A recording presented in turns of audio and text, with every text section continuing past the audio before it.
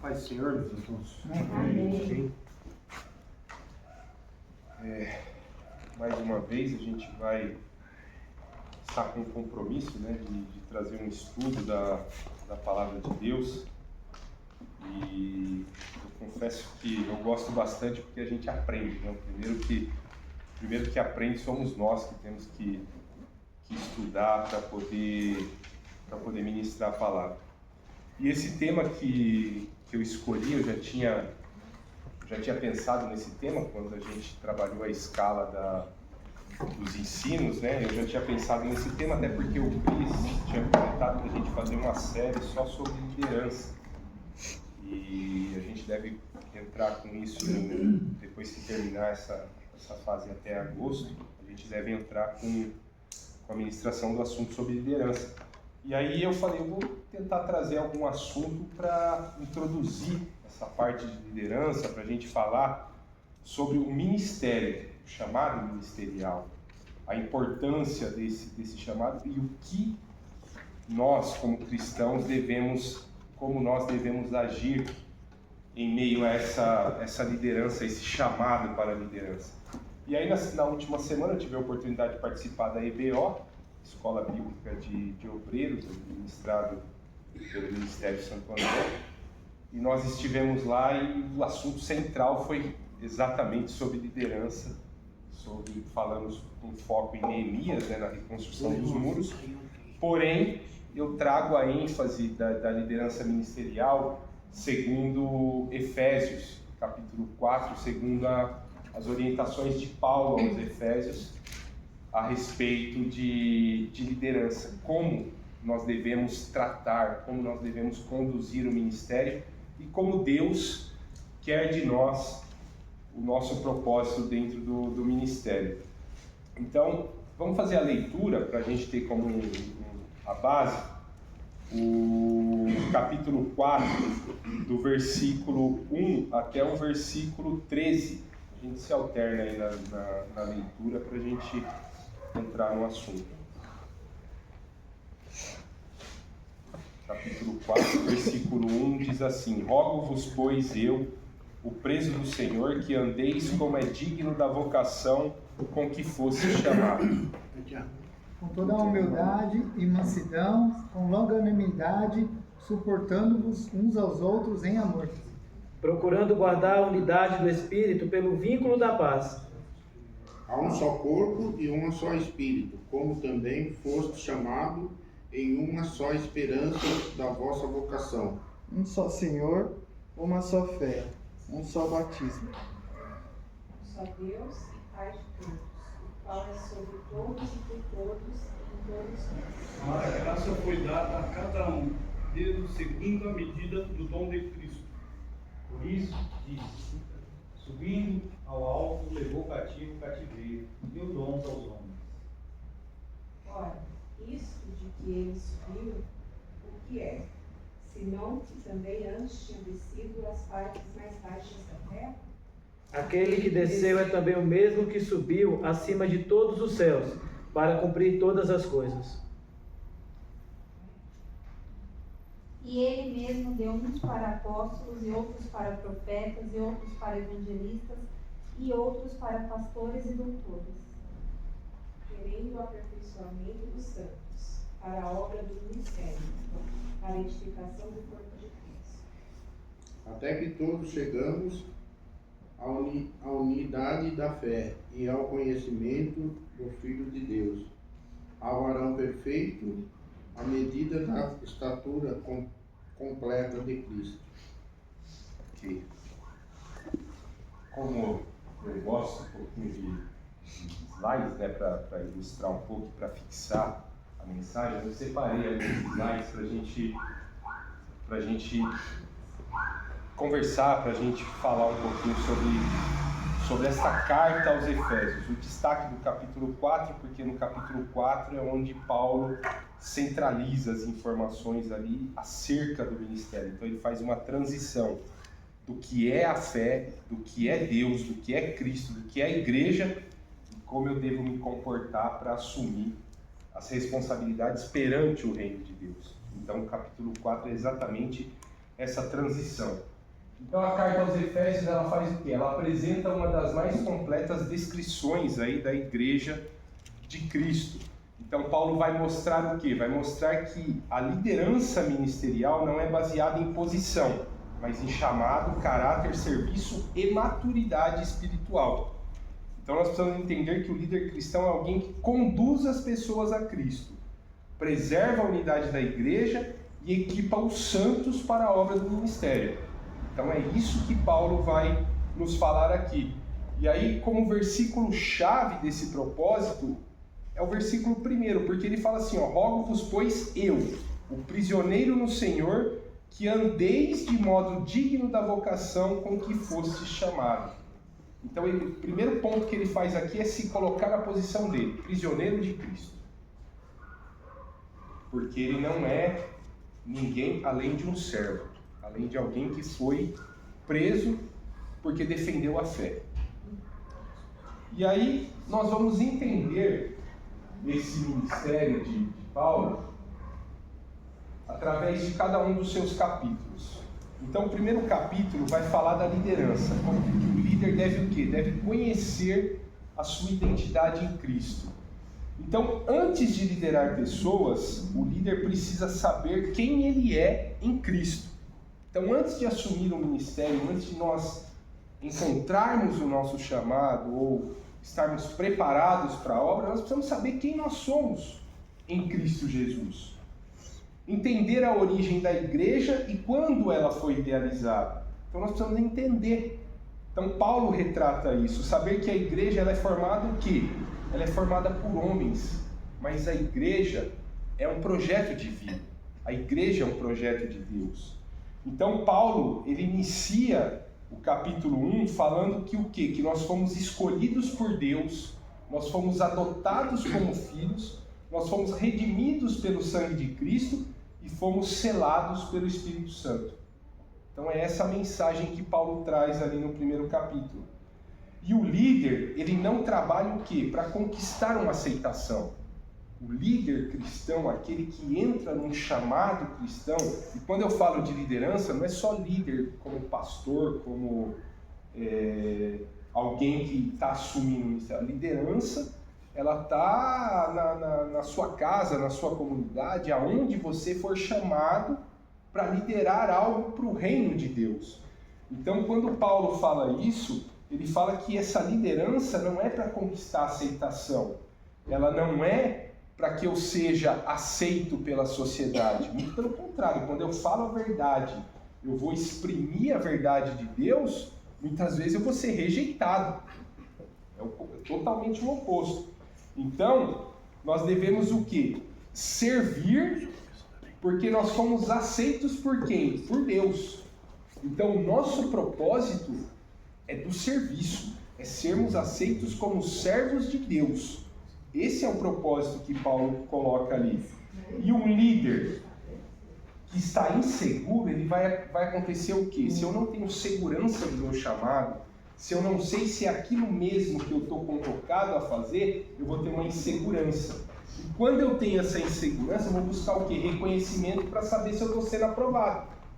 Então eu vou buscar aprovação aonde? Dos homens. É o que está totalmente errado. É o que Paulo explica ali que está errado. Quando eu busco a aprovação dos homens, eu estou falindo no meu ministério. Eu preciso estar focado no reino de Deus.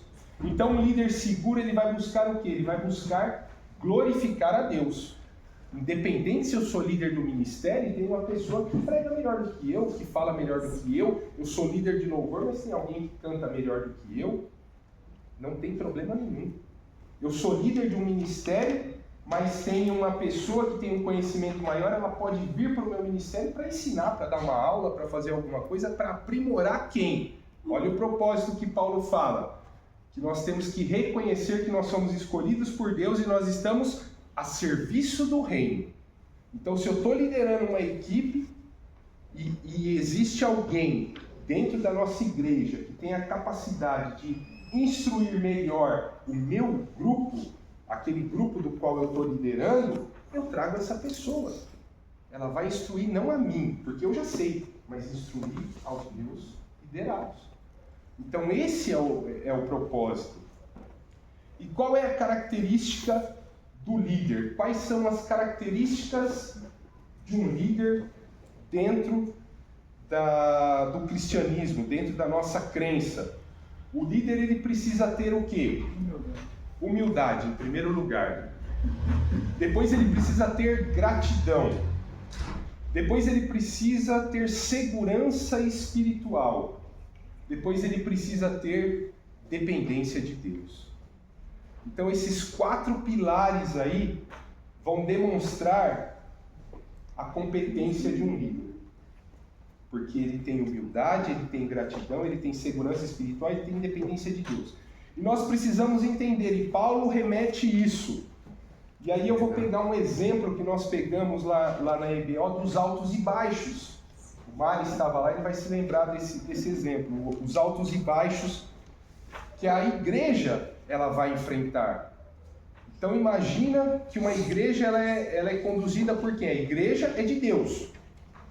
A igreja ela foi instaurada por Deus, só que ela é dirigida por homens.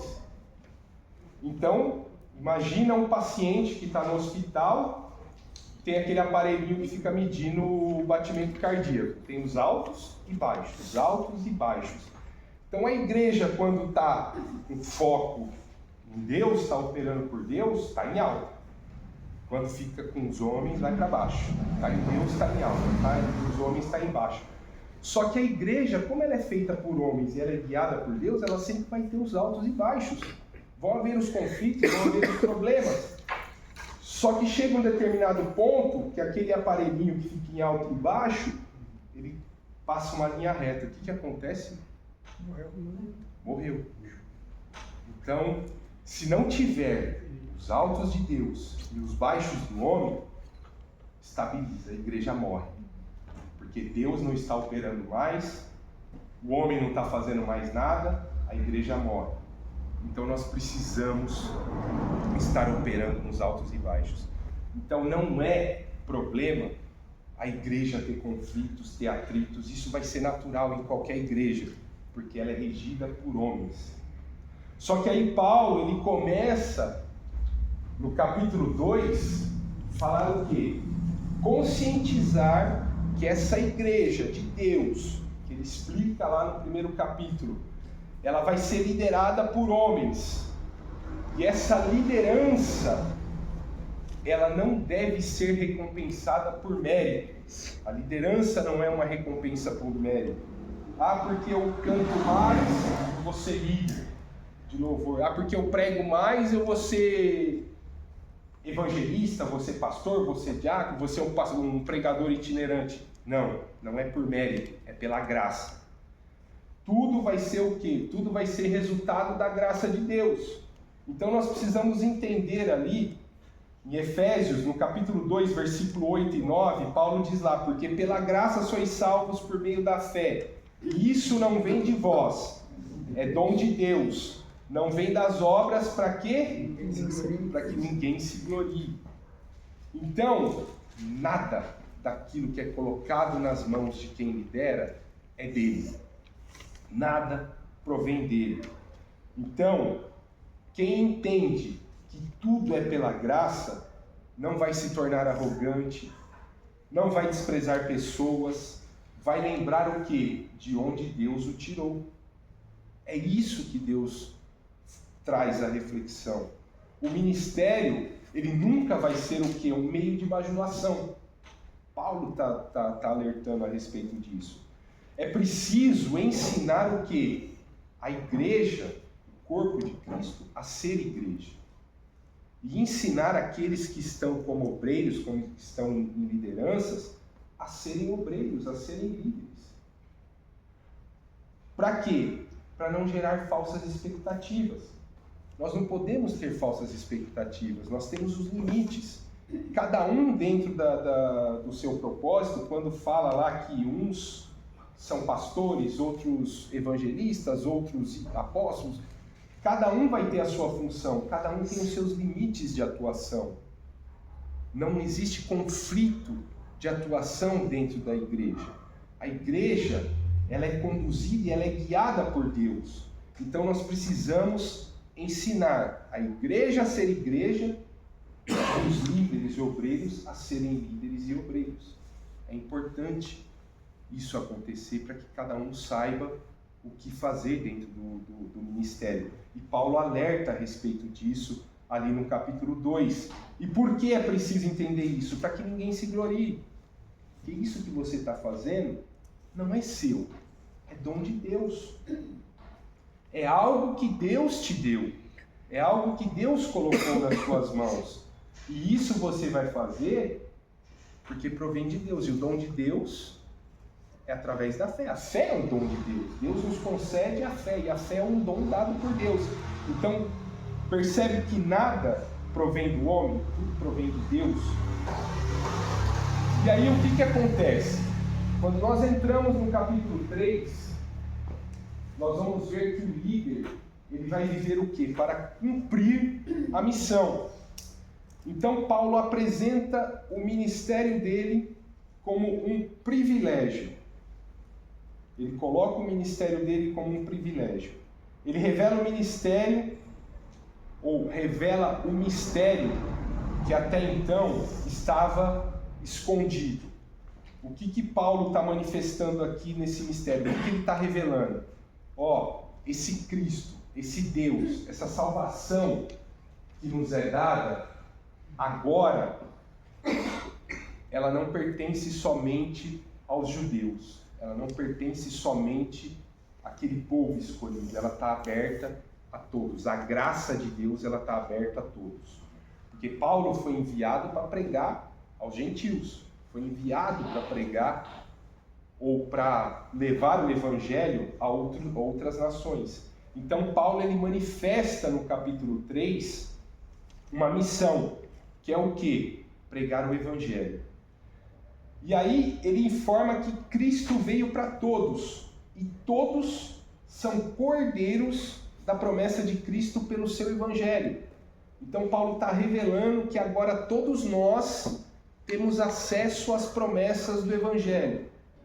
Tudo aquilo que aquele povo, os judeus, viviam a respeito de Deus, a respeito das promessas de Deus, não está somente com aquele povo. Foi aberta a era da graça e isso está alcançando a todos. No versículo 8, Paulo faz um alerta ali no capítulo 3. Ele vai se colocar no seu lugar, da maneira como um líder deve se colocar. Então no versículo 8 ele coloca assim: a mim, o mínimo de todos os santos, me foi dada essa graça de anunciar entre os gentios, por meio do evangelho, as riquezas incompreensíveis de Cristo.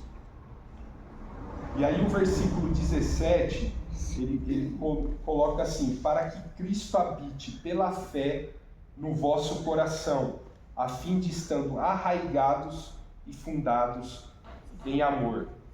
Por que Paulo está falando isso? Porque ele não se vê como importante. Mesmo que ele tenha sido escolhido, mesmo que ele tenha sido chamado, mesmo que ele tenha sido buscado da maneira como ele foi buscado, ele não se vê como importante, mas ele se vê como servo. Ele se vê como um servo de Deus. Ele se vê como encarregado de uma missão dada por Deus. E esse é o nosso papel. Se Deus nos levantou para algum propósito, se Deus colocou em nossas vidas algum propósito, nós temos que nos ver na posição de servos. Nós temos que ver na posição de alguém que está encarregado a uma missão que foi dada por Deus. Então, o líder, ele precisa entender o quê? O seu chamado. Ele precisa entender que ele vai ter que suportar as dificuldades, mas ele vai ter que manter o foco na missão que foi dada. Porque Paulo, ele sabendo disso, ele ora ali no capítulo 3 para que a igreja seja fortalecida no homem interior. Por que ele fala que tem que fortalecer no homem interior? Porque ele entende que um líder forte espiritualmente, ele vai fortalecer as outras pessoas. Não adianta eu querer orar por alguém se eu não estou revestido, se eu não estou coberto, se eu não estou protegendo a mim mesmo. Então Paulo vai orar para que seja fortalecido o homem interior. Então, antes de qualquer coisa, receber uma missão é para ir fazer uma visita, para orar por alguém, se reveste, ora, se consagra, fortalece o interior para depois você ir. E lá na frente, no capítulo 6, ele vai falar sobre as armaduras espirituais. Você está falando ministerial, né? Sim. Vamos supor que o ministério é como se fosse uma caixa de ferramentas. Veja bem, todos nós temos um chamado no reino de Deus. Nós somos chamados para pregar o Evangelho. Então, quando nós falamos dessa liderança, todos nós estamos sujeitos a É isso. como eu estou dizendo, né? Isso não é só para... É uma caixa de ferramentas, cada uma tem uma finalidade. Sim. O serrote tem uma finalidade, o martelo também tem, a prenha tem uma finalidade, o formão também tem, o prego também tem. Só que eu não posso pegar o serrote e querer arrancar o prego. Exato. Quando eu era pequeno, eu fiz isso, eu um cara de serrotado no meio das costas, como tomou pedaço dele. Porque ele disse a mim, isso aqui é ferramenta para usar tirando o prego. Exato. Então quer dizer, quando eu falo de uma ferramenta, eu falo de uma pessoa. Essa pessoa não pode fazer a função do prego, do martelo, a função da pranha. Cada um tem uma finalidade na casa de Deus, porque senão o que acontece? Um vai atropelar o outro. Isso não é certo. O ministério não pode ter isso. Exato. Mas tem que entender que cada um foi chamado para um objetivo. Um objetivo, só que deve haver uma unidade. Paulo vai falar a respeito dessa unidade também dentro do capítulo 4 ali. Então, o capítulo 3, ele demonstra o quê? O entendimento do que é igreja, do que é o papel da igreja. O entendimento de que tudo é alcançado e é resultado da graça de Deus. Tudo que é dado à igreja é alcançado através da graça de Deus. Por conta disso, Paulo vai fazer o quê? Ele vai se colocar ali como prisioneiro de Jesus Cristo, demonstrando que tudo é pela graça. Então eu estou em Jesus Cristo, porque pela graça ele me alcançou. E aí o que ele alerta ali no capítulo 3? Que nós precisamos viver à altura de receber essa graça. Porque não é simplesmente receber uma graça. Eu preciso viver à altura para receber essa graça. Existe um critério para eu receber essa graça. Então, eu tenho que entender que eu não vou fazer nada para ser salvo. Eu tenho que fazer porque eu já sou salvo. Então, esse é o que Paulo está ensinando ali. Ó, você não vai fazer nada para ser salvo, porque pelas obras ninguém é salvo. Mas você vai fazer porque você é salvo. Você foi alcançado pela graça. Então, é por isso que ele fala lá no versículo 17, para que Cristo habite pela fé no vosso coração. Então, quando ele habita pela fé no nosso coração, quando nós cremos em Cristo e ele habita no nosso coração, nós vamos estar o quê? Arraigados e fundados em amor. Então eu preciso primeiro entender quem é Cristo. Por isso que ele fala, capítulo 1 e capítulo 2, entender o que é Cristo, o que é igreja, o que é Deus, para que isso penetre no coração. E a partir do momento que eu entendo isso, aí eu vou estar arraigado e fundado em amor. E quando eu estou arraigado e fundado em amor, eu vou fazer o quê? Eu vou fazer aquilo que Cristo fez. Dar a vida pela igreja. Ele deu a vida pela igreja. É diferente de morrer. Dar a vida é diferente de morrer. Então, quando Cristo deu a vida, é o quê? Ele ensinou a igreja. Ele discipulou a igreja. Ele instruiu os seus apóstolos. Ele deixou pessoas, ele formou pessoas para continuar a propagação do evangelho. Então, o dar a vida não é viver 24 horas para a igreja, não. É preparar discípulos, é preparar pessoas para a continuidade da obra, porque nós somos passageiros, nós somos peregrinos, nós estamos aqui de passagem.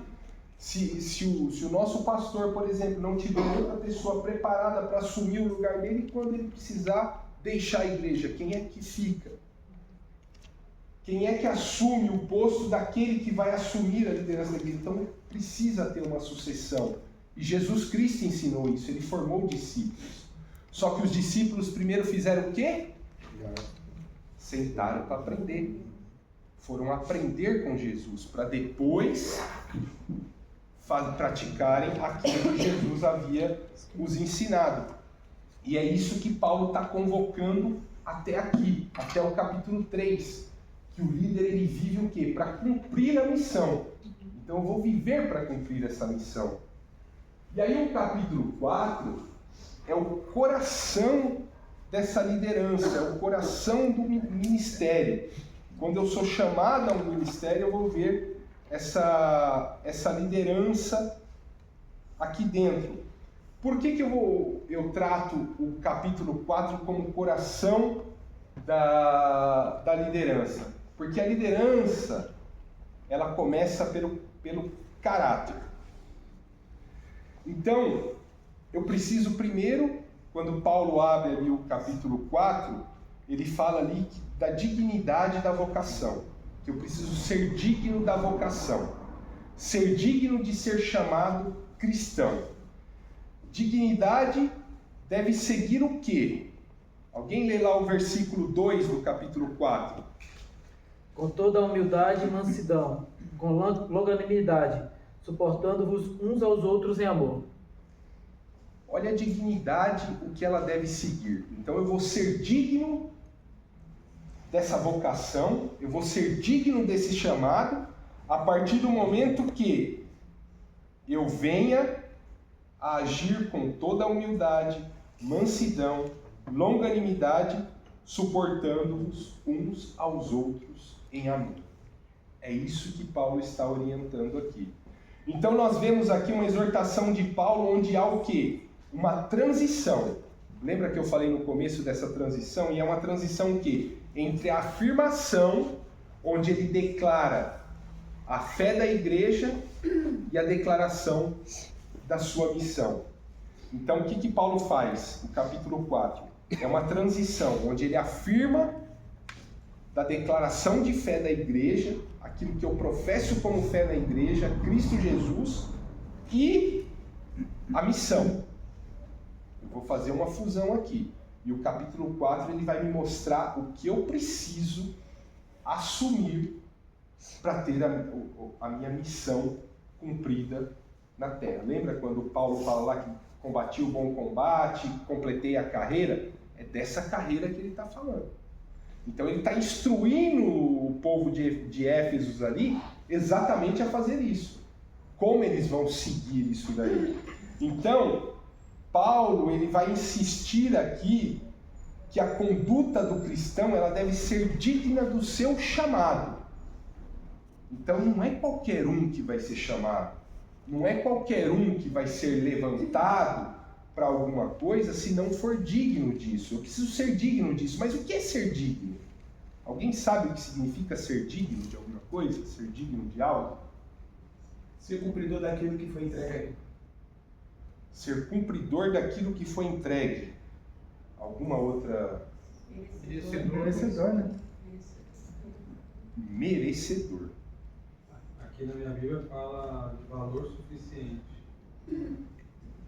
Merecedor De algo que se vai receber. Então, se nós pegarmos ali um dicionário bíblico ali, pegar a palavra digno, ela vai significar o quê? Merecedor de alguma coisa ou ter uma conduta apropriada e coerente com aquilo que vai receber em valor. Então, se você vai receber algo, o que é mais valioso do que a salvação? Nada. O que é mais valioso do que receber a graça de Deus? Nada. Então, se você vai receber algo valioso, você precisa ser digno disso. Você precisa ser digno e merecedor daquilo. E aí eu vou abrir um parênteses aqui, foi até um comentário que falou na EBO, quando apresenta a esposa de alguém como digníssima esposa, você não está valorizando ela, você está valorizando a pessoa, o marido. Porque está falando que ela é digna de merecer você. Entendeu? Então, mas é exatamente esse contexto. Quando fala a minha digníssima esposa, Tem que inverter o digníssimo varão. então se você é o digníssimo varão, porque ele que foi merecedor dela. Então, é nesse contexto. E aí, quando Paulo pede aos cristãos para que andem de modo digno, ele quer dizer o quê? Que o jeito de viver deve o quê? Deve equilibrar e combinar com o amor e os ensinamentos de Cristo. Então, para eu ser digno de alcançar a graça, eu preciso equilibrar e combinar o amor e os ensinamentos de Cristo. Outro reflexo que a gente faz aqui dessa expressão é o termo não sou digno. Por exemplo, em determinados momentos a gente vai ver dentro da Bíblia, eu não sou digno de desatar os selos, por exemplo. Não havia ninguém, lá em Apocalipse fala que não havia ninguém digno de desatar os selos. Qual era o único que era digno? Jesus Cristo. Era o único digno. Era o único merecedor. Era o único que não tinha pecado, que não teve pecado. O único. Então, quando usa-se a expressão não sou digno, ela vai demonstrar o quê? Que o ser humano, quando eu, ser humano, me coloco como não sou digno, eu não sou merecedor. Eu reconheço os meus erros, eu não sou merecedor da salvação, mas pelo sangue de Jesus foi redimido os meus pecados e eu posso alcançar a salvação. Então é Paulo nos colocando no nosso lugar, mostrando que nós precisamos ser dignos, porque se eu não for digno, eu não vou alcançar a salvação. Eu cumpri o que foi entregue. Cumpriu o que foi entregue. Para poder ser digno. Eu nunca vou entregar uma coisa para pessoas que a pessoa não tem personalidade para seguir aquele ritmo. Exatamente. Mas Exatamente. Mas aí eu entendo o seguinte, tá bonito, recebe ali, tá todo mundo alegre. Mas na caminhada, o sujeito esqueceu de todas essas regras aí, já põe o queixo lá em cima, é o dono do... é a última a falar, ele é o dono da verdade, não ouve mais ninguém, dá conselho, não ouve. Então, Agabe, assim, Aí a igreja toda sofre, aí Deus precisa tirar o caboclo lá da frente. então vamos lá. Por quê? Porque não deu ouvido. Você A voz, não deu ouvido, não se deu ouvido. Você está certo, você não está errado nesse pensamento. Porque assim, antes dos dons, aparecem as virtudes. Então, antes dos dons, aparecem as virtudes. E aí nós temos 5 marcas do líder ali, que vai traçar o caráter, que Paulo está colocando lá entre o versículo 1 e 3. A humildade, a mansidão, a longanimidade, o amor e o suporte uns aos outros. O suportar uns aos outros. Não é suportar de tolerar, é suportar de sustentar, de pegar pela mão e caminhar junto, de dar auxílio, dar apoio. Então, sem caráter, não existe. Sustenta um tempo, né? Sustenta por um tempo. Depois passa. Então a liderança ela vai começar pelo caráter, e quando ele fala de começar pelo caráter, é exatamente cai nesse ponto que você está falando. A pessoa, ela recebeu um chamado, ela recebeu um dom, ela recebeu algo por quê? Ela vinha praticando algo correto. Jeremias 18 vai falar, o bem que eu ia fazer, eu não faço. E o mal que eu não ia fazer, eu faço. Por quê? Porque a pessoa estava indo no caminho certo. Aí Deus ia fazer o bem. Só que aí ela se desviou, fez o mal. E o bem que ele ia fazer, ele já não faz mais. E aquele que estava todo torto, que ia fazer o mal, ele se arrependeu e entrou na rota, passa a absorver o bem. Então, temos uma liderança lá. Qual é o critério que a liderança tem que usar para escolher uma pessoa para liderar aquele setor? É isso que Paulo está falando aqui. Fala, Cris. Dentro do que o irmão Agabe está dizendo numa das suas falas, a gente tem que tomar cuidado para não confundir caráter com carisma. Exato. Porque o caráter, você é aqui e você é sem os holofotes. Carisma, você fica rindo, dando um sorrisinho, mas não é sustentável. Aí a hora que você chegar com a cara meio feia, não serve mais. Aí tem que tirar. Então a gente tem que tomar cuidado com isso. Não, a liderança ela não pode ser estabelecida por carisma, sim por caráter. Sim. Isso é importante. Ô, Ricardo, muitas vezes também a pessoa, pela sua vontade, pelo livre-arbítrio, por N questões, vai acabar decepcionando e saindo, escolhendo outros caminhos. Judas não está longe disso. Foi escolhido por Jesus, mas Exato. foi por outro caminho. Então, Jesus não errou. Quem errou foi o homem. Sim, quando acontece isso, amém. Mas tem irmãos que não têm vocação nem dom para aquilo, em vez de ajudar, está atrapalhando muitas vezes o setor onde ele está. Então, mas aí é o que Paulo está falando aqui. Então, se pegar o livro... Hoje eu estava lá em casa fazendo uns negócios e eu estava ouvindo a Bíblia falar. Eu coloquei para ficar ouvindo os 6 capítulos, que é curtinho, né? Então, rapidinho a gente consegue ler e ouvir. E eu fazendo as coisas ali e ouvindo. Então, é importante ler o Efésios todo e não focar só em um capítulo, porque Paulo ele instrui exatamente todo o processo. Todo esse processo do chamado ministerial. A pessoa ela é chamada, mas muitas vezes eu preciso reconhecer o meu chamado, saber se realmente eu sou chamado para aquilo. Porque a partir do momento que eu não tenho um chamado e eu quero exercer alguma coisa, depois a gente vai falar aqui a respeito disso, mas eu começo a entrar no quê? Num ativismo religioso. Eu passo a ser um ativista. Eu começo a fazer porque eu acho que eu sou bom naquilo e na verdade eu estou atrapalhando. Só que aí cabe o quê? Uma liderança mais experiente orientar e falar, meu irmão, vem cá.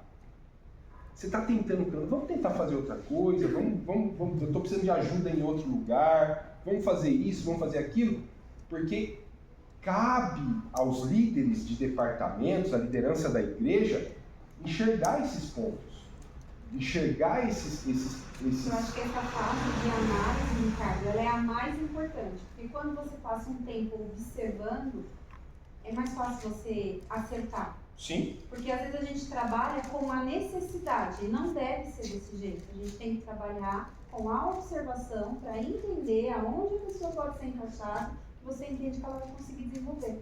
Sim, eu me lembro até uma aula que teve lá nos jovens, acho que o Cris estava ministrando a aula, que falava sobre as práticas judaizantes lá, e Pedro estava inserido lá no meio, você lembra dessa aula?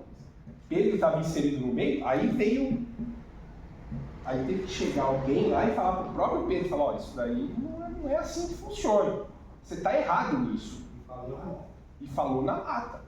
Então é preciso ter essa correção, é preciso ter essa orientação, porque senão começa a fazer algo com ativismo, aí vira ativismo religioso e não mais atuação da fé. E lembra que eu falei que existem os altos e baixos, é Deus operando e o homem, Deus e o homem, Deus e o homem. Então o homem se diz, vai, alguém corrige, Deus opera.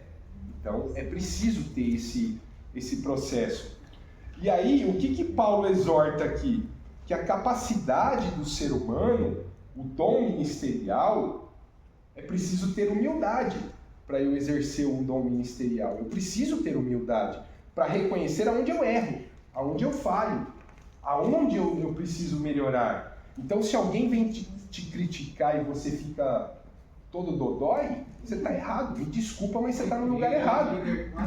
Você está assumindo um papel errado. Porque se alguém chega para te exortar, você como servo, fala, ô meu irmão, você está falando tudo isso que eu fiz, você está sendo bondoso porque eu sou pior que isso. É mais ou menos isso. É mais ou menos isso que Paulo está nos orientando aqui. Porque a capacidade é dada por quem? Por Deus, através do Espírito Santo. E nós temos que ter essa capacidade que é dada através do Espírito Santo, e aí eu preciso estar em comunhão com Deus, porque se eu não estiver em comunhão com Deus, não tem como o Espírito Santo agir, e o Espírito Santo vai me colocar no meu lugar.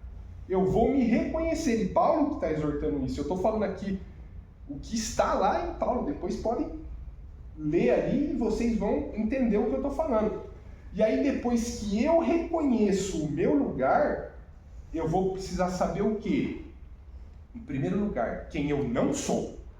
Eu não sou cantor, eu não sou pregador, eu sou servo. Eu sou servo. Eu tenho que estar sujeito à ação do Espírito Santo. Aquilo que Deus provê na minha vida. Por isso que existem questionamentos que falam a respeito de porque antigamente as pessoas não precisavam fazer curso, precisavam fazer isso, ia lá e pregar, porque é dom dado por Deus. E não precisava mesmo.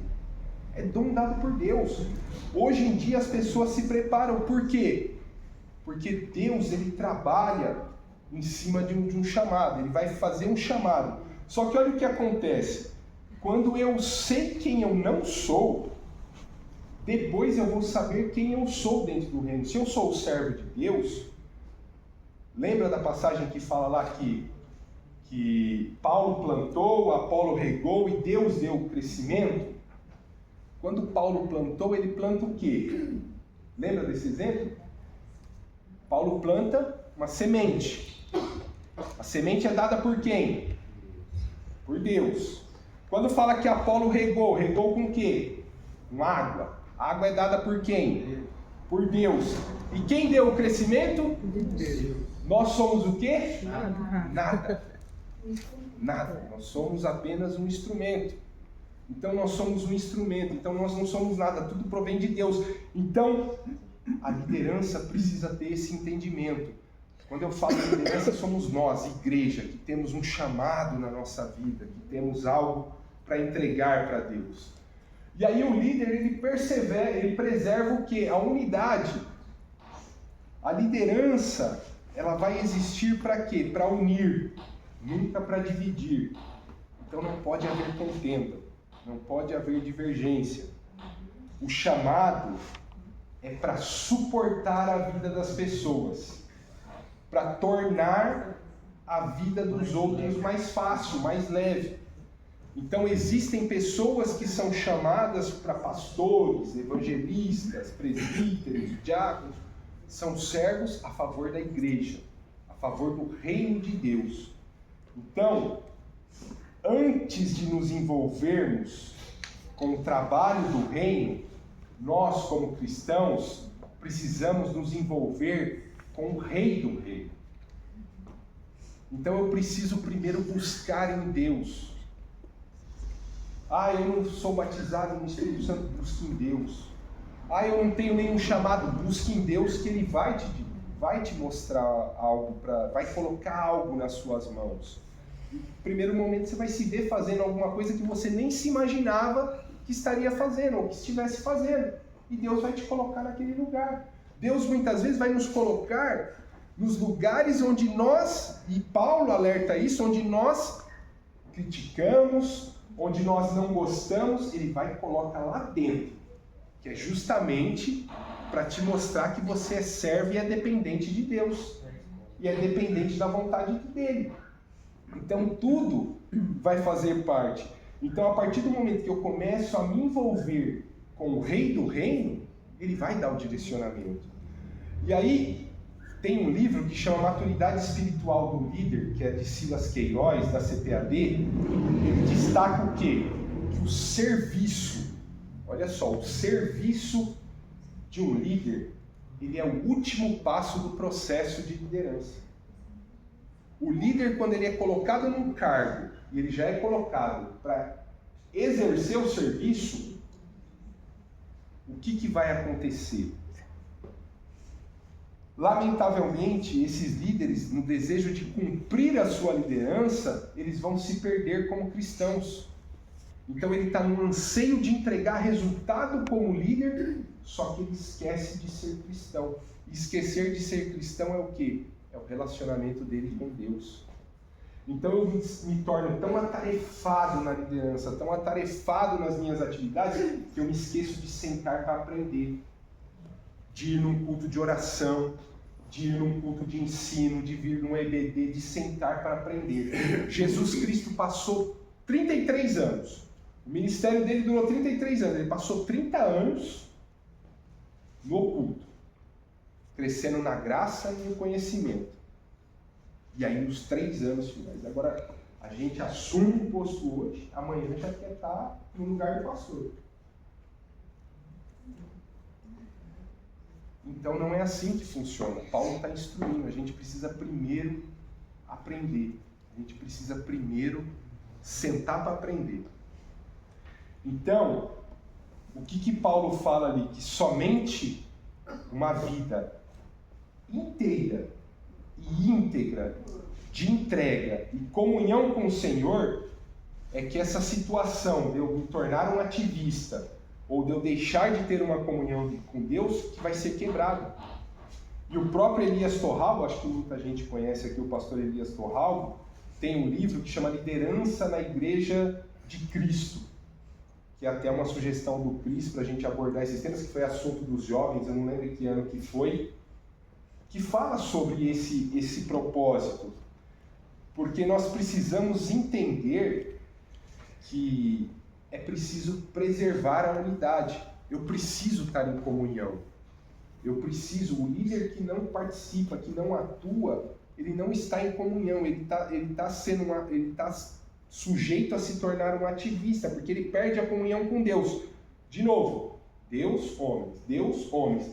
Se eu perco o contato aqui com Deus, vai ficar só nos homens aqui, eu só estou embaixo. Cadê Deus atuando? O quanto eu estou buscando a Deus? O quanto eu estou buscando a Deus para o meu ministério? Então, uma igreja que não busca a Deus, ela se esvazia, ela se perde. Então, é preciso... Efésios 4:3 fala, procurando guardar a unidade do Espírito pelo vínculo da paz. Por quê?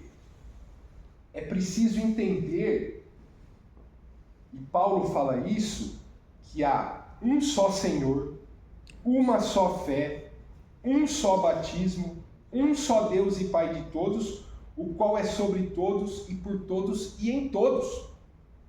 Então não adianta eu querer andar sozinho com o meu ministério, não adianta eu querer pegar tudo e fazer tudo sozinho.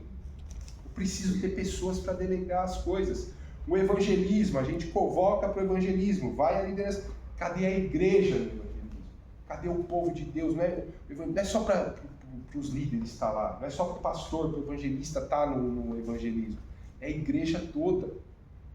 E o pastor convoca a igreja, ele está fazendo o papel dele, mas nós, como membro, agora estamos colocando no lugar de membro da igreja, membro desse corpo. Qual é o meu papel? Não é a unidade, Paulo está alertando para a unidade. A unidade da igreja somos todos nós, temos que estar todos unidos. Porque a missão de levar o evangelho é de todos. Não é só do líder de departamento, não é só do pastor, não é só da liderança, é de todos. Então todos nós temos que fazer parte desse corpo, todos nós temos que participar dessa unidade. E aí, o líder ele deve reconhecer que os dons pertencem a Cristo. Então Paulo apresenta a graça que nos foi dada, essa mesma graça, ela usa e ela salva. Então essa mesma graça que nos foi dada, ela é usada para nós, né? É uma graça que vai nos usar e é uma graça que vai nos salvar. E ela é uma medida do dom de Cristo. E é uma medida infinita. Não há como ter uma concepção ali que cada líder vai receber a sua medida de graça. Cada líder vai receber a sua medida de graça, que é o que o Exo estava falando. Cada um vai ser usado de uma forma. Então, uns vão ter dons para liderança, outros vão ter dom para intercessão, outro vai ser chamado para pastor, outro vai ser chamado para pregar palavras, para oração, para exercer diversas funções. E aí, não deve existir o quê? Competição e nem comparação. O fulano é melhor que o ciclano. Fazer acepção, hoje vai ser o fulano que vai pregar, eu não vou na igreja não. Cuidado que isso aí é do maligno, isso aí é coisa do inimigo. Então, o que deve existir é o quê? É cooperação, onde todos trabalham para um único propósito. e não para criar fama, mas para edificação da igreja. Então, esses dons, eles são dádivas de Deus.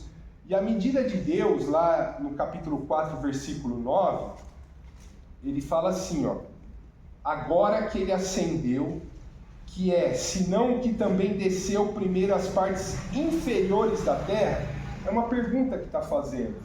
Então, o dom de Deus, o dom que está à nossa disposição, e eu falo isso não é à disposição de quem é líder, não, é à disposição de todos. O dom de Deus, Paulo está falando aqui, que ele é infinito.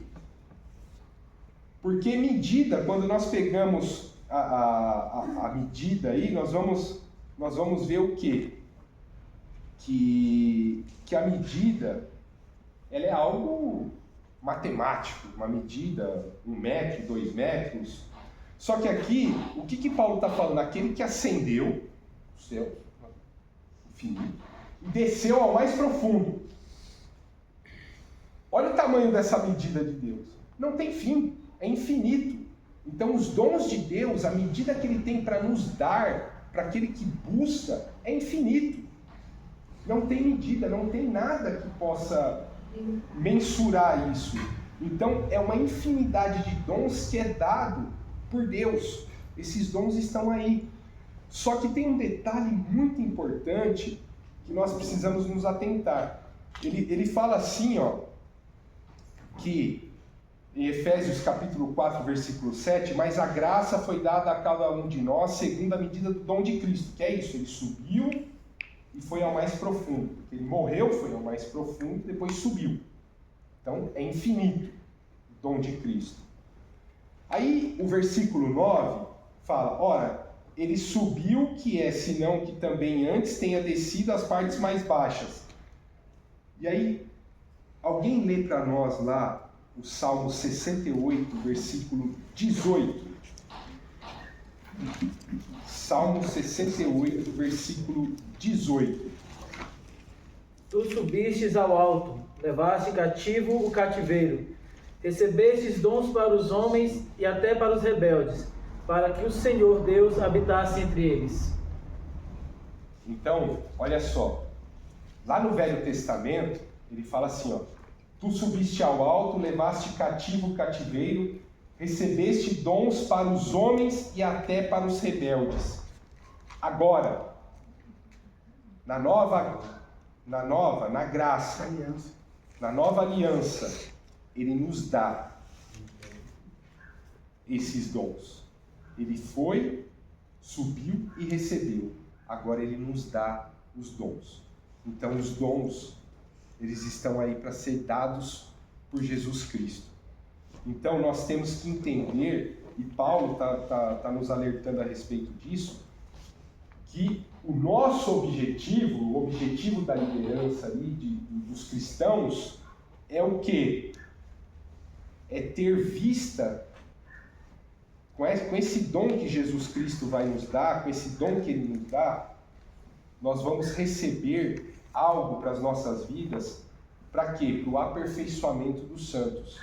Então, o líder, a liderança, o cristão, o chamado de Deus, ele vai existir para quê? Para preparar as pessoas, e não para fazer tudo sozinho. Porque esse dom foi dado por Cristo, que Ele subiu, recebeu os dons e nos dá. E agora Ele distribui esses dons. Então, nós vamos entender que cada um de nós fomos alcançados por essa graça. E essa verdadeira liderança, o que ela vai fazer? Ela não vai criar dependentes, ela vai formar discípulos, ela vai multiplicar líderes e ela vai capacitar os servos, capacitar a igreja, capacitar os servos de Deus. Então todos nós temos condições de receber esses dons de Deus, esses dons que Jesus Cristo prepara para os santos, para a igreja. Então a igreja, todos nós, porque eu não sou batizado em línguas, busca, que Deus te dá esse dom. O maior dom Deus já te deu deliberadamente, que é o dom da fé. É um dom que Deus nos deu. Então, a partir do momento que eu tenho fé, eu deposito essa fé no meu coração, o próprio Jesus fala que se nós tivermos fé, nós faríamos coisas grandiosas. Você diria, esse monte sai daqui, vai para lá, e ele vai. E a fé é um dom que é dado por Deus. Então, nós precisamos formar discípulos, multiplicar esses líderes, capacitar os servos. E aí viver uma nova vida. Do versículo 17 ao 32, ele nos fala ali que nós precisamos viver uma nova vida. Então, o líder, ele vai viver uma nova vida em verdade e amor. Porque a verdade sem amor, ela vai gerar dureza. O amor sem verdade, ele vai gerar permissividade. Então, o líder, ele precisa estar equilibrado. Ele precisa falar as verdades, mas tratar com amor. Ele precisa orientar. É a orientação, é pegar na mão e falar, ó, vem aqui, não é bem por aqui. Vamos decidir dessa forma, vamos tentar mudar, vamos tentar fazer diferente, porque senão entra na permissividade. Paulo alerta a respeito disso, principalmente lá no versículo 15, quando ele fala ali, ó, no versículo 15. Antes, seguindo a verdade em amor, cresçamos em tudo naquele que é cabeça, Cristo. Então nós vamos crescer em Cristo, porque nós vamos estar trazendo a verdade da palavra de Deus em amor, e vamos estar transmitindo isso. Então, o líder, ele precisa o quê? Ele precisa ter esses dois conceitos bem definidos. Ele precisa ter uma verdade com amor, porque sem amor vai gerar dureza. E o amor sem a verdade vai virar uma permissividade, que aí entra naquilo que o Cris falou, carismático. Sou carismático, eu tenho a política da boa vizinhança. Deus é amor. Deus é amor. E aí pode cair na permissividade. Nós não podemos, e Paulo alerta que isso é perigoso, nós não podemos deixar que isso aconteça. Meu irmão, Pode uma falar. das coisas que eu vejo assim de alguns líderes, não grandes, mas de alguns líderes, é que vai muito pelo eu acho e esquece disso daqui. Né? Eu vejo muitos líderes que esquecem que não é a vontade dele, é o que a Bíblia ensina. Sim. Se a Bíblia ensina que é A, B e C, somente A, B e C, o líder ele não tem que colocar o D, que é a opinião dele, é a Bíblia Sagrada. Né? Então eu vejo isso hoje como uma das grandes dificuldades. E outra das grandes dificuldades hoje dos líderes é os liderados que não querem ser liderados. A gente vê essa grande dificuldade, vocês sabem disso. Né? Você falou da questão do evangelismo. Os cabeças estavam lá, mas cadê o resto do corpo da igreja? Cadê o resto da igreja que não vai? Cadê o resto da igreja que não se mistura? Então, assim, é uma grande dificuldade que eu vejo hoje para os líderes, né? Pessoas que não querem fazer. Eu digo isso porque eu estava conversando com a minha esposa no domingo, Samuel, na hora dos hinos da harpa, o Samuel ficou no computador, porque a gente não tinha, nenhum dos meninos tinha chegado. Né? E a gente estava conversando sobre isso, sobre a questão de liderar. Hoje eu tenho o meu filho, e eu sempre vou exaltar o meu filho para a honra e glória de Deus, não por ele, mas por Deus. Hoje o meu filho, ele me vê como líder. Porque eu falo, Samuel, você pode ficar no computador com o papai? Ele vai e ele fica.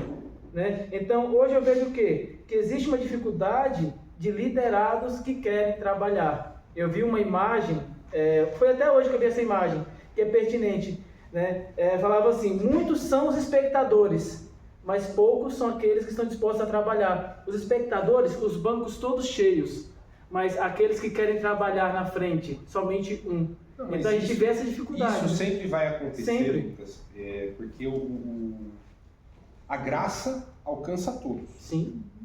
Todos são iguais perante Deus para a salvação. Só que nós temos que entender que o chamado ele vai ser diferenciado para algumas pessoas. Algumas pessoas vão ter chamados diferenciados. Você vai ver pessoas que têm uma vocação, como a Gabi gosta de falar aqui a respeito de alguma área de conhecimento, que ele vai ser usado naquilo ali. Deus vai trabalhar ele naquela área de conhecimento dele. O chamado dele está dentro daquela área. Então ele foi capacitado. E quem... Lembra que eu falei aqui da semente, da água... Nada é por acaso. Então, se Deus te deu a condição de estudar, de se aperfeiçoar, de estudar música, por exemplo, se aperfeiçoar em música, Deus já conhecia no seu futuro. Já sabia que você ia ter um chamado para o ministério musical. Se você foi preparado dentro de uma determinada área de conhecimento, Deus já sabia disso lá na frente. Você precisa estar preparado. E Paulo está orientando aqui como nós devemos nos comportar diante desse chamado. Porque não é simplesmente eu ter conhecimento, eu estudar, ter 10 mil diplomas, 50 anéis no dedo e querer exercer uma função sem saber o que fazer. Sem saber os princípios da Bíblia. Os princípios básicos que a palavra de Deus orienta.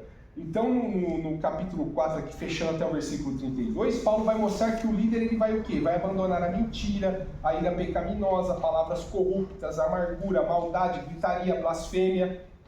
E o líder deve passar a praticar o quê? Bondade, misericórdia, perdão. A autoridade espiritual vai nascer o quê? De uma vida transformada. Se eu não tiver a vida transformada, não tem como eu me tornar uma autoridade espiritual. Não tem como. É impossível. Pelo que Paulo está nos orientando aqui.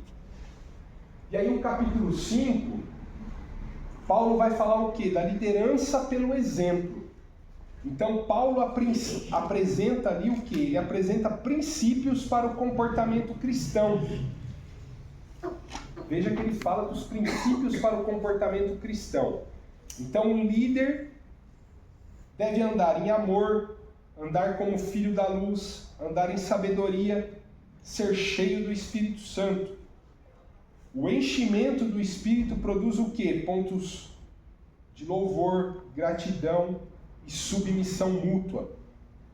Cai naquilo que o Lucas estava falando, que os líderes não sabem ser liderados. Então existe a submissão mútua. O pastor foi levantado para a igreja como cabeça da igreja. Ele está em oração, ele está no direcionamento de Deus e aí ele pega um dos seus liderados e passa uma responsabilidade. Aquela pessoa que não quer fazer aquilo que o pastor falou, ele quer fazer outra coisa. Ele não está sendo submisso à autoridade do pastor. Se ele não está sendo submisso à autoridade do pastor, ele não serve para ser um líder da igreja. Não serve. Simples assim. Então, é preciso ter essa submissão mútua. Da mesma coisa, os liderados que estão abaixo. Então, vem um direcionamento do pastor para um ministro, esse ministro para um diácono para um cooperador, do cooperador para o líder, e assim vai. Existe uma submissão. E Paulo orienta a respeito disso. É preciso ter isso. Mas só vai entender de gratidão e submissão quem estiver o quê? Cheio do Espírito. Quem estiver sujeito ao Espírito. Lembra das obras da carne e as obras do Espírito, que nós já estudamos na EBD em algum momento? Então, quando eu estou nas obras da carne, dificilmente eu vou estar submisso. Dificilmente eu vou levar alguma coisa para casa. Eu vou querer disparar. Você acabou de falar de hierarquia, 4 instantes. Mas não todo mundo quer obedecer a hierarquia da igreja. É complicado. Isso aí é jogado para quem? É jogado para o maior, né? O maior, fala do pastor, do vice-pastor, do presbitério que está na frente. E tem que observar isso. A partir do momento que não recebe, que não obedece a hierarquia da igreja, essa pessoa tem que ser punida. Não pode acontecer isso. Porque os que estão de fora vão olhar e dizer, ali é uma bagunça, ali não tem mar, ali, eu estou vendo que ali ninguém está, entendeu? Está entendendo agora? Sim, sim. Toda a hierarquia... A primeira coisa é um quartel de hierarquia. Um quartel de hierarquia. A partir do momento que o cara está na portaria e tiver uma ordem mal dizendo que não pode entrar, e o cara entrar, o cara leva um balaço no meio da testa e fica por isso mesmo. E tem gente que às vezes não quer impor isso. A liderança ela vai fazer o quê? Ela vai influenciar pelo exemplo, mais pelo exemplo do que pelos discursos. Só não pode esquecer da longanimidade, né? Só não pode esquecer da longanimidade. O amor. Você não é obrigado, normal. Então, assim, o que Paulo está dizendo ali no capítulo 5 é que, assim, liderar não é ser superior aos liderados. Não é isso. Liderar não é dar ordens. Liderar não é transferir responsabilidades. Liderar é estar junto. É dar suporte, é suportar, é tratar com mansidão, é tratar com amor, é estar caminhando junto. Então, muitas vezes acontece de eu ser líder, delegar alguma coisa, e na verdade eu não delego, eu delargo. Se der alguma coisa errada, é problema dele. Ele que fez, aí não sou eu. E delegar não é isso. Delegar é você passar alguma coisa para a pessoa fazer, está acompanhando de perto. Será que está dentro daquilo que deve ser feito? Se não é? Olha, espera isso aí está ferindo alguma coisa. Então é estar atento. É estar atento àquilo que está acontecendo. Então eu não vou transferir as responsabilidades, mas eu vou caminhar junto. Eu vou assumir as responsabilidades junto. Então nós vamos ter a responsabilidade junto. Então, o papel do líder, ele é importante o quê? Na formação de novos líderes. Então existe a formação de novos líderes ali que é importante. Por quê?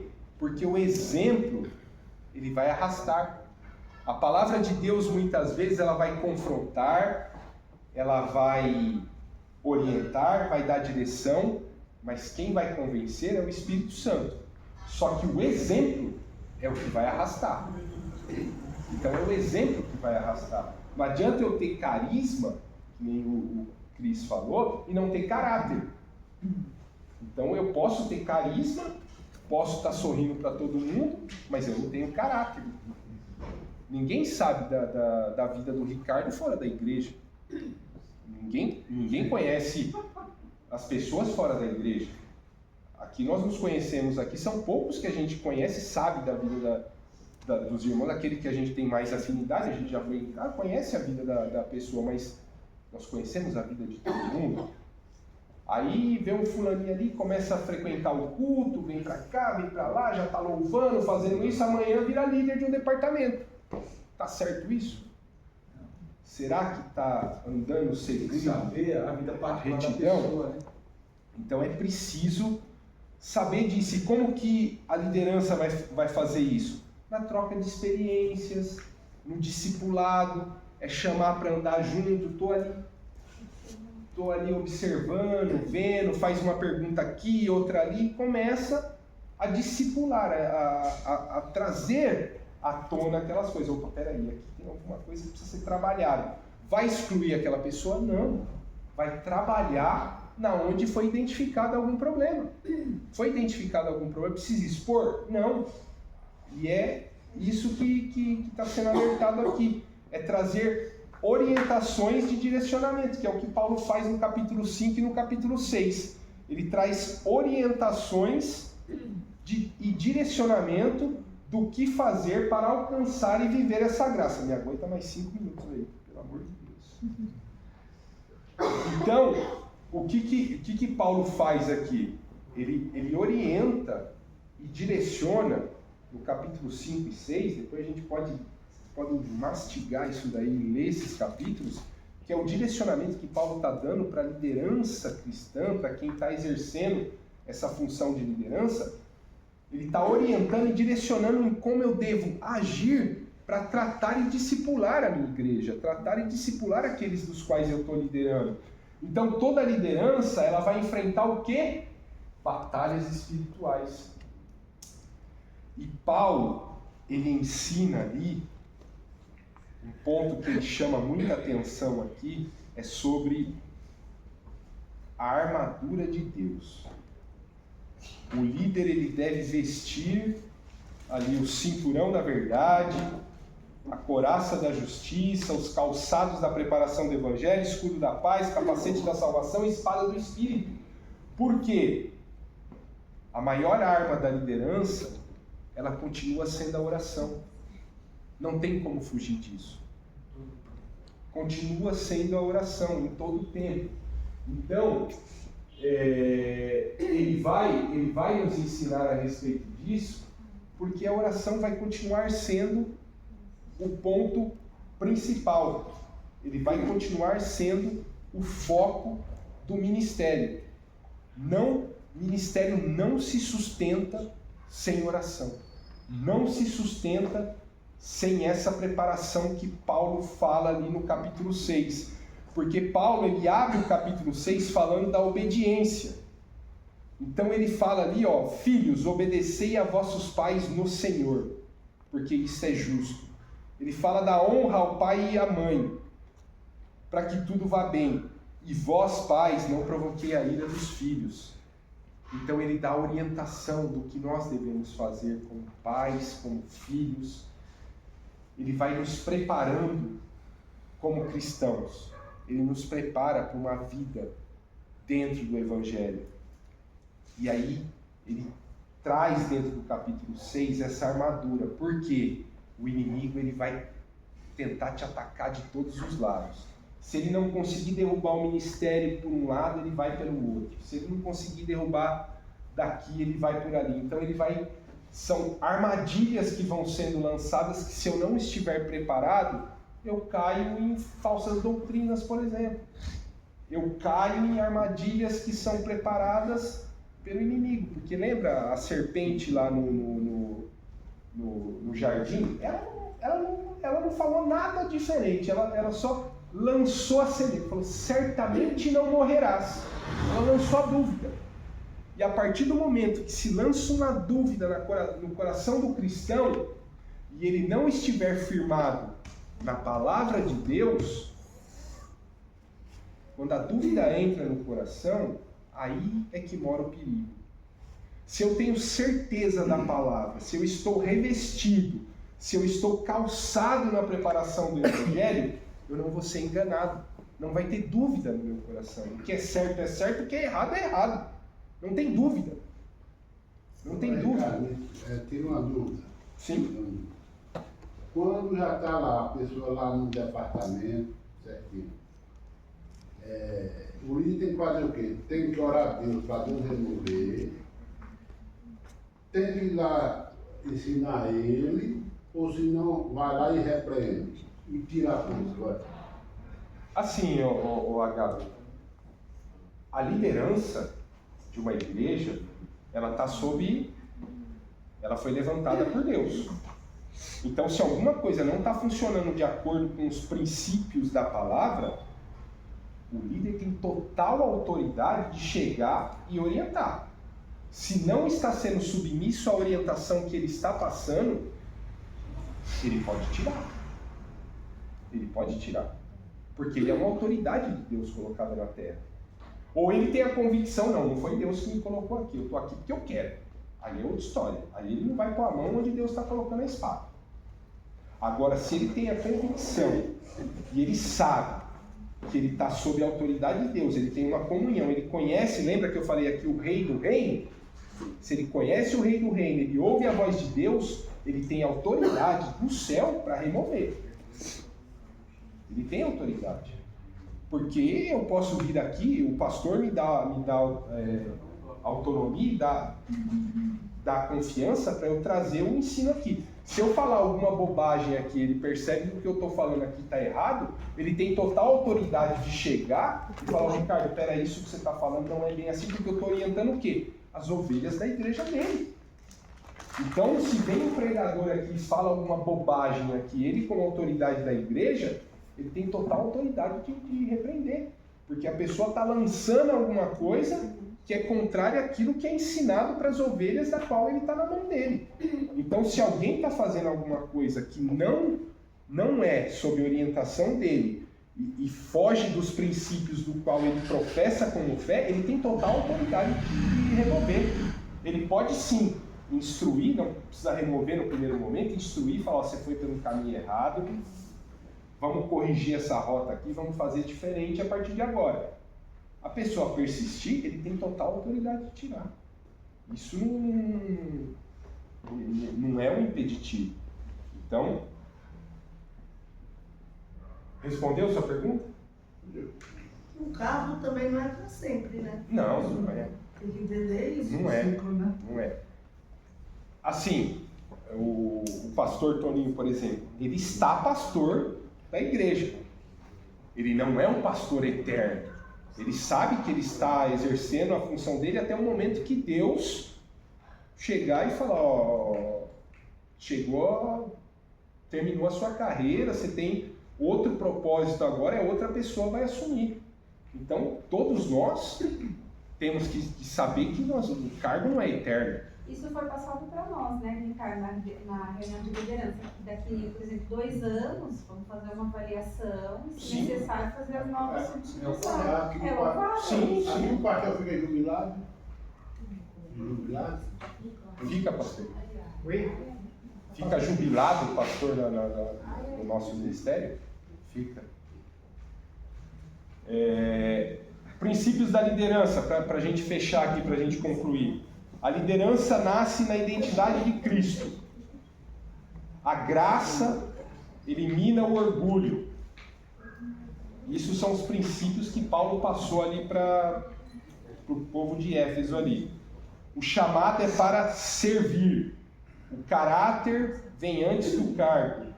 A unidade é prioridade.